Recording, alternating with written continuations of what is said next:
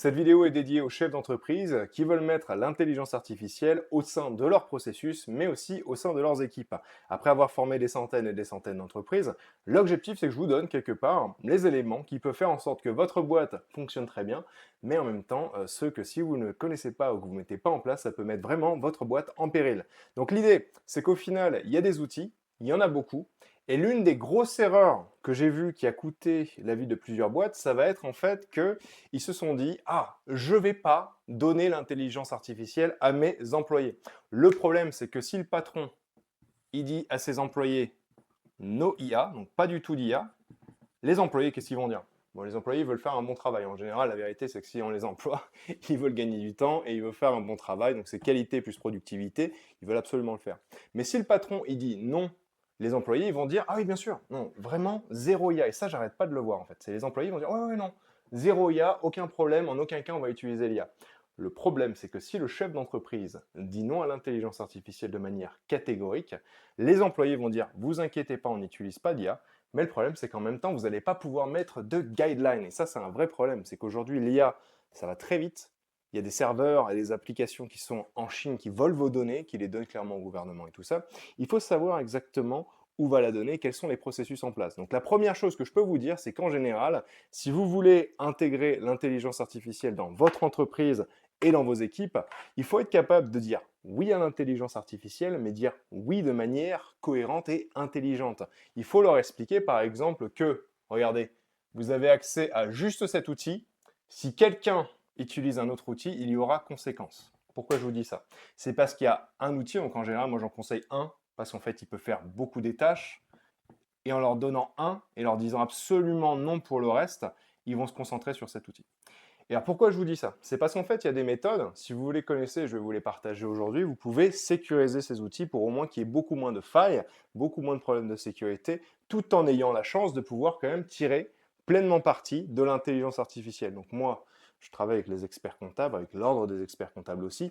Il y a des problèmes d'éthique, si j'ose dire, en plus de la confidentialité. Donc vous inquiétez pas, il y a bien des méthodes qui fonctionnent que si on connaît, on peut vraiment pouvoir intégrer l'intelligence artificielle au sein de nos métiers. Donc la première, c'est qu'en général, n'allez pas sur LinkedIn, ne croyez pas en toutes les révolutions qu'on va vous dire, ne pensez pas à intégrer 40, 120 outils dans votre entreprise, ce n'est pas l'objectif.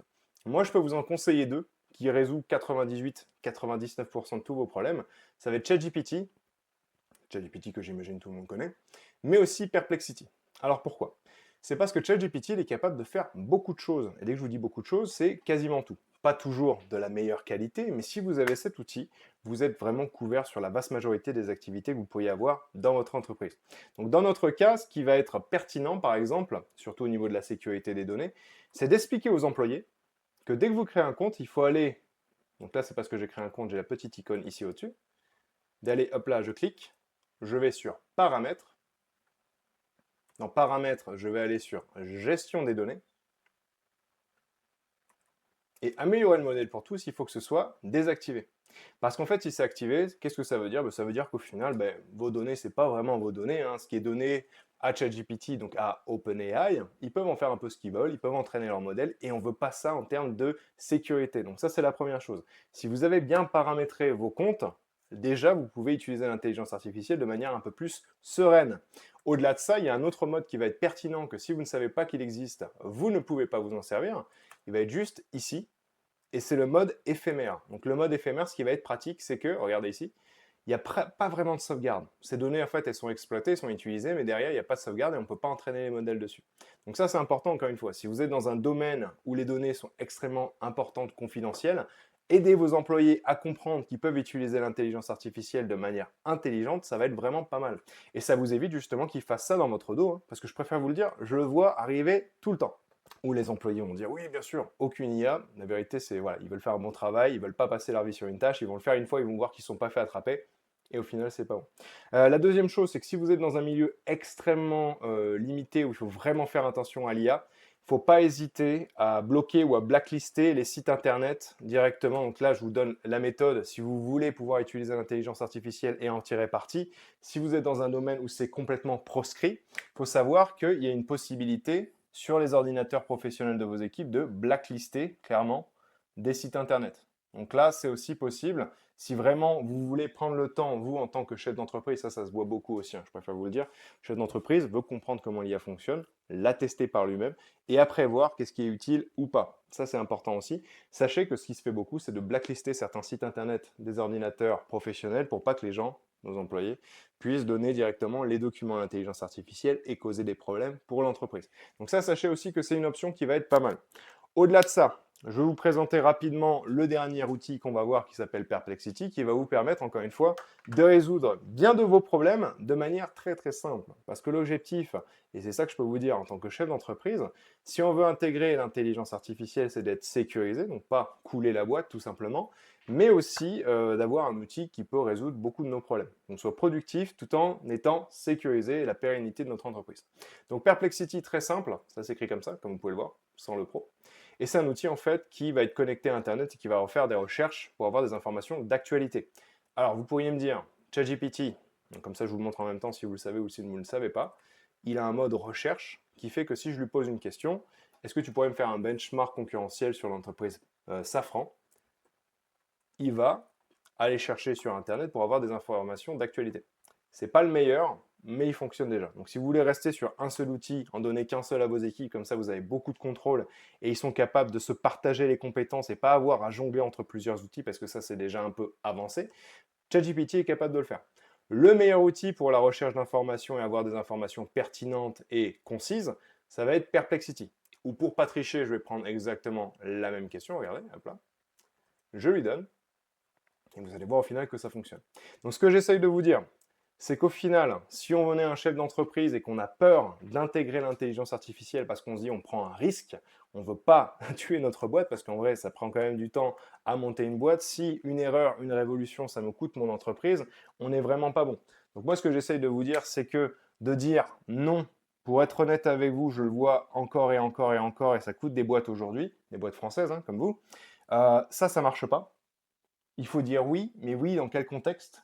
Et si je peux vous dire ça en termes de sécurité, c'est même dire oui à un outil et de blacklister les autres, si nécessaire, si vraiment vous voulez faire ça. Comme ça, entre-temps, ce que ça vous permet de faire, c'est de prendre une consultation, donc avec moi par exemple, ou d'aller voir sur YouTube encore plus de contenu. Ça vous permet de prendre une consultation, de valider si les concepts sont bons ou pas, de savoir si vous êtes sécurisé ou pas. Et en même temps, une fois que c'est bon, vous pouvez whitelister. Donc là, le blacklist, c'est dès qu'on bloque des sites internet sur les ordinateurs professionnels. Le whitelist, c'est dès qu'on permet en fait à certains sites internet d'être accessibles.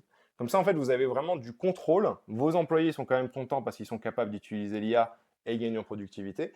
Mais en même temps, vous, ça vous laisse du temps pour pouvoir implémenter des solutions qui fonctionnent à la place de risquer l'entreprise. Parce que c'est sympathique. Il y a beaucoup de personnes qui vont vous dire oui, mais l'IA, c'est super, il faut que vous vous y mettiez rapidement. Pour être honnête avec vous, et je vous dis ça à vous, hein, mais pas aux autres, hein. C'est sur LinkedIn, les gens qui vont vous donner des conseils, c'est pas souvent ceux qui vont payer les conséquences de vos actions. Donc toujours être assez sécurisé, dire oui, mais dans quelles conditions, comme ça vous êtes sûr que la pérennité de votre entreprise, vous n'allez pas avoir un problème et avoir un client qui se plaint qu'il a trouvé les informations sur ChatGPT. Donc par rapport à ça, c'est vraiment la méthode qui fonctionne. N'oubliez pas que vous avez ChatGPT et tout ça avec les modes. Et un dernier truc très très important, j'ai mis en place toute une librairie de prompts et de documents que j'ai mis en place avec plusieurs domaines d'activité, donc commercial, création de contenu, l'étude et la recherche, expertise comptable, les bases de l'IA aussi, ainsi que NotebookLM et plein d'autres choses. L'idée, donc, je vous le remontre rapidement. Vous avez accès, donc ça c'en est un, il y en a plein, il y en a peut-être une vingtaine ou un peu plus, et je vais continuer à en rajouter. Vous avez accès en fait à des processus et des phases, phase par phase, étape par étape, pour que ce soit compréhensible, ainsi que des prompts que j'appelle prompts dynamiques, que vous pouvez copier. Vous changez juste les éléments ici entre crochets et vous avez la réponse que vous voulez. Donc ça, je vais le mettre dans la description ainsi que dans les commentaires. C'est un petit peu mon cadeau, hein. Je l'ai mis en place il n'y a pas longtemps, dans le sens où j'ai formé beaucoup d'entreprises et on commençait à avoir beaucoup de présentations. Je me suis dit, je peux anonymiser ça et vous le donner. Donc sachez qu'il y a des gens qui payent beaucoup pour ça. J'espère que ça va vous aider. Je vous souhaite bon courage avec l'intelligence artificielle et je vous dis à très bientôt. Au revoir.